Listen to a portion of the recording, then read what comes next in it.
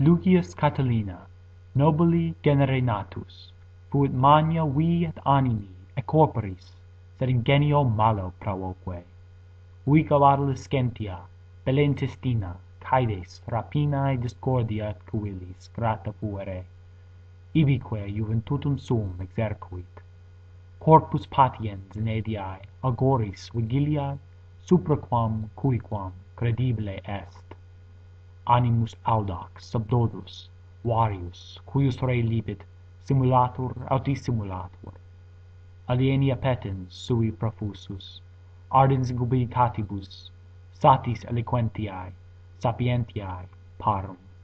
Vastus animos immoderata, incredibilia, nimis alta, semper cupiebat. Hunc post dominationem Lucii Sullae, libido maxima invaserat re publicae capiundae, nequid quibus modis adsecuretur, dum sibi regnum pararet, quiquam pensi habebat, agitabatur magis magisque in dies animus ferox nopia re familiaris, et conscientia scelerum, quae utraque is artibus auxerat, qua supra memoravi, incitabant praeterea corrupti civitatis mores, quos pessima de versa inter se mala, luxuria, atque auritia vexabat.